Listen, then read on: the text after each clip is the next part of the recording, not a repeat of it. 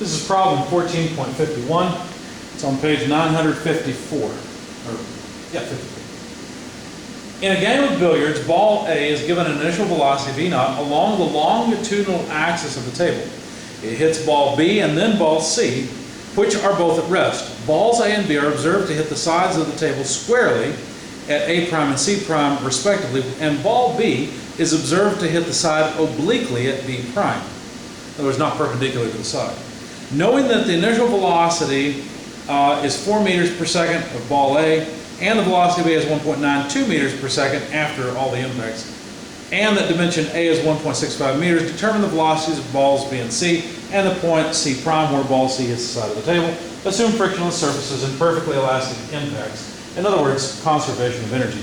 Let's sketch the pool table, or billiard table, if you wish.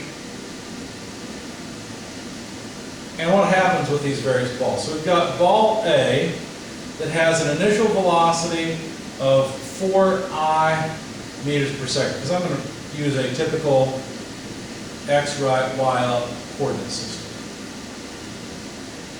Now this begins in the middle of the table, so 0.75 meters on each side according to the drawing. So it moves along and eventually strikes ball B. So ball B was just sitting there, ball A strikes it, such that B goes off with some velocity and hits at B prime, which they told us is 1.8 meters from the end of the table. The rest of the table is 1.2 meters long. And then ball A continues glancing off of B and ends up hitting C,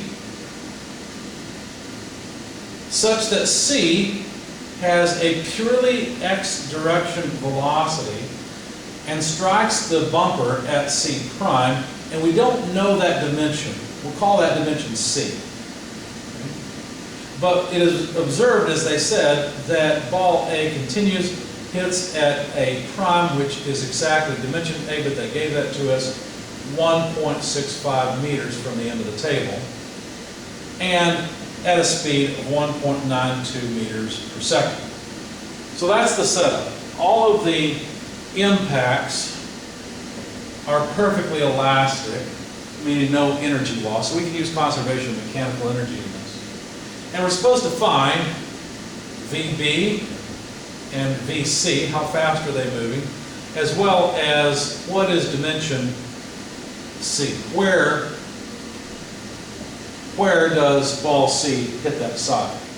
So let's begin with an x-component conservation of momentum equation.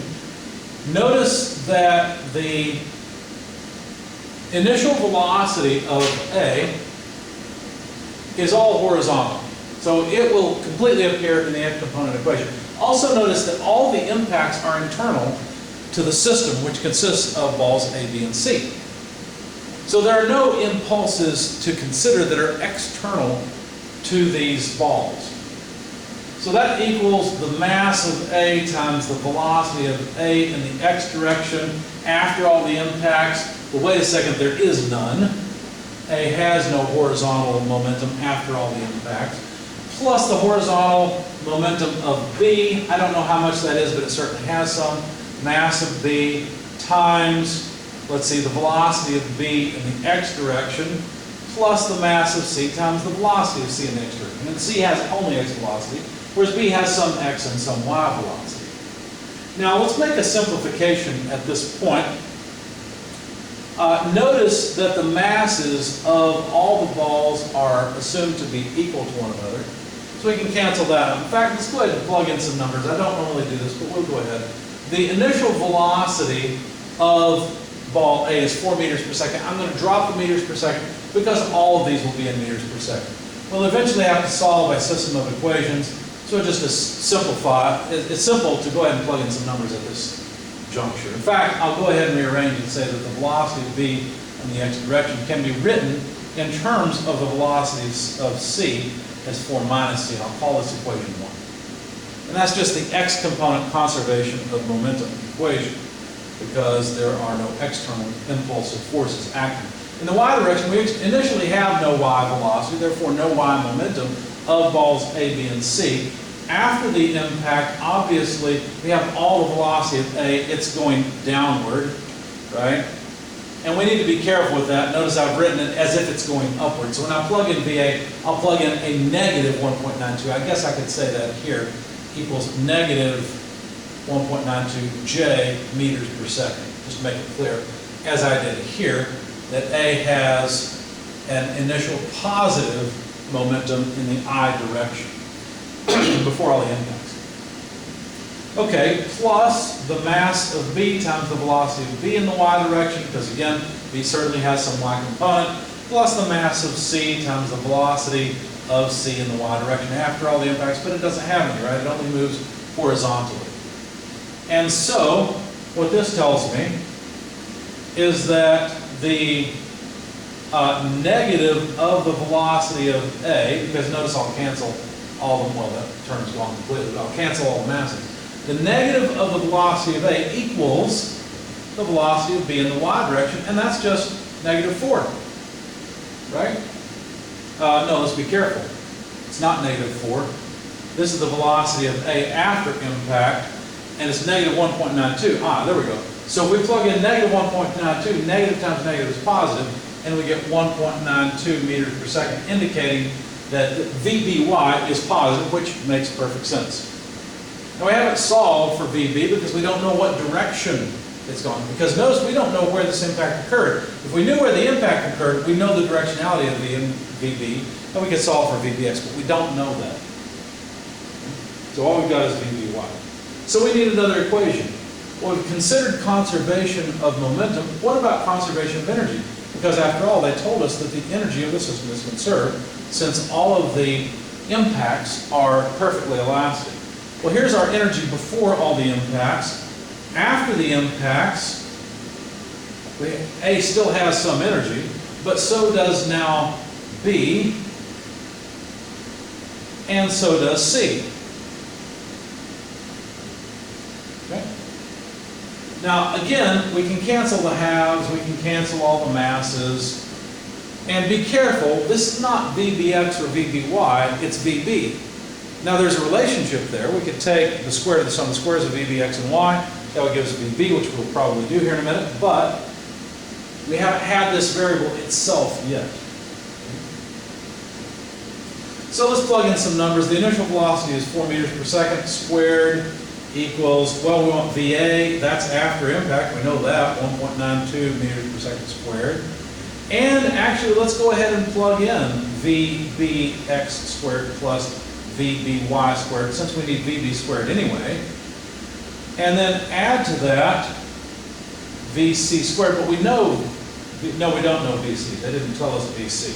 Yeah, so we'll have to leave it. So VC squared. Okay?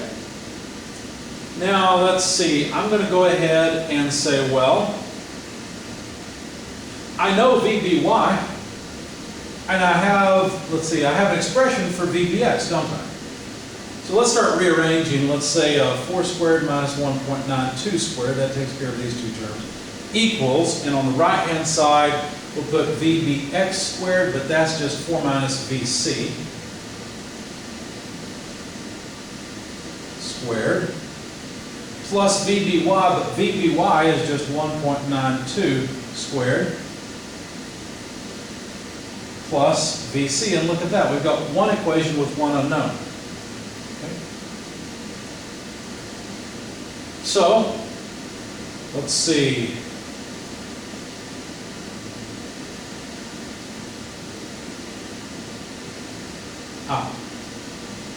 So let's continue on the right-hand side. 4 times 4 is 16. There's going to be two terms, so minus 8 VC. Negative times negative is positive, so VC squared plus 1.92 squared plus VC squared. It's working out so it can become a quadratic. And then if we say 0 equals, so move everything to the other side, what would we have? Well, let's see. There's 2 VCs, so 2 VC squared, that's this term and this term taken care of. And then we have a first order term minus 8 VC, that's that term accounted for. And then what? Well, let's see. We've got several terms. We've got, well, 4 squared and 16 are the same thing, so those two will cancel, see? When we take this to the other side, we'll have 1.92 squareds. So that takes care of those two terms, and those two cancel. Okay? All right. Now, if we divide through by 2, we'll have 0 equals VC squared minus 4VC plus 1.92 squared. I like to identify A, B, and C in the quadratic formula. A is 1, B is -4, and C is 1.92 squared, but that is 3.6864. Now I have everything that I need to plug into the quadratic formula. Now let's see, we've used up all of our momentum equations as well as the energy equation. We've put them all together so we don't need all of the work. We can go back up to the top and continue. So now we need to solve for VC from the quadratic formula. So negative B, let's write it out, plus minus root B squared minus 4AC over 2A. Plug in the numbers. Negative B, well, B is a -4, so negative B is just 4, plus or minus root 4 squared is 16, whether it's positive or -4, minus 4 times A, which is 1, times C, which is 3.6864. All over 2 times 1, so that's it. There are two solutions to this. They are 2.56 and 1.44. I don't remember which way to indicate a set, but that's good enough. 2.56 and 1.44. How do we know which one to choose? How do we know the velocity of C? Well, you can go off and try to figure out what happens with the intermediate collision, but it turns out that both of these solutions give valid-looking numbers for the amount of energy that's in the system during all times. And there seems to be two possible solutions here. What else could we do? Well, we haven't considered the moment of momentum. In other words, the angular momentum of the system. What if we were to sum the angular momentum about point B prime? What do I mean? Well, I know that B lands here. If I sum momentum about this point, I completely get rid of the momentum of B because its momentum passes through that point. Just like a force that passes through a point.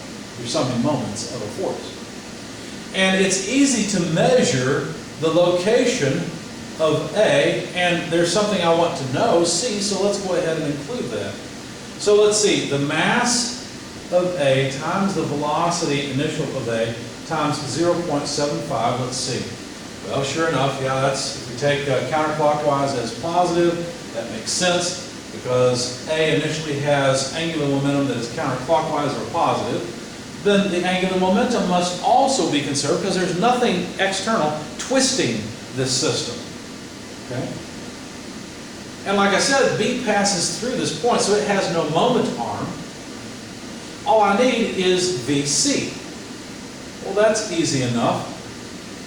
So the moment of VC, since it's only moving horizontally, I have the mass of C times the velocity of C times its moment arm, which is dimension C.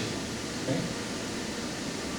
Now the mass of A and the mass of C are the same, so they cancel across.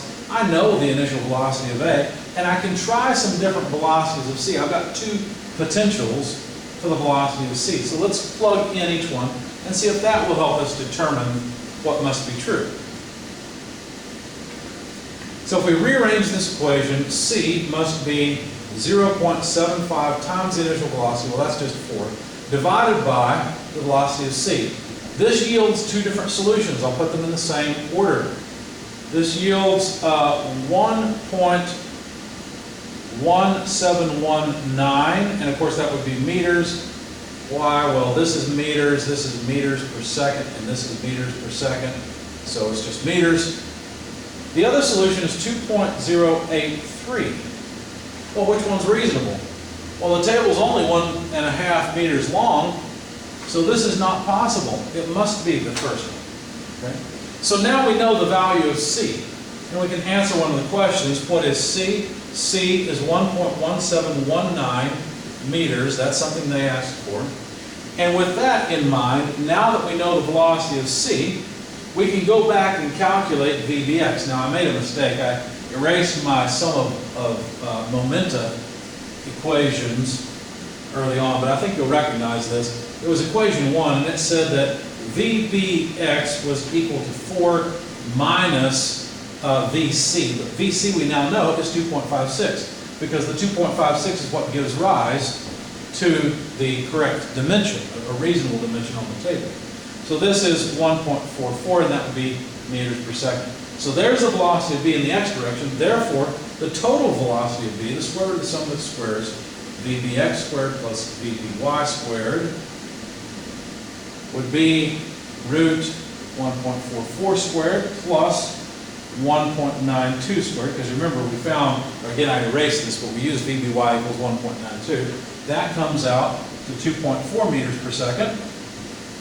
Now we know the velocity of B as well as the velocity of C. I guess I should mention that the velocity of C is 2.56 meters per second. And I think that's everything. I think we've,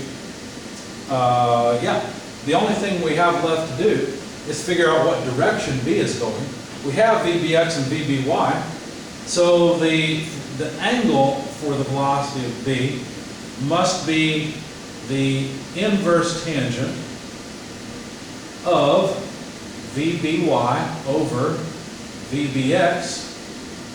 So that's just the inverse tangent of 1.92 over 1.44. And that's just 53.15 degrees. So that's the direction that it's moving. Basically, that's the angle from horizontal up to that, 53.15 degrees. So now we know the direction of all of the velocities. 2 were given, now we found the third. And we know the magnitude of all 3 velocities, although one velocity was given as negative 1.92 meters per second in the j direction.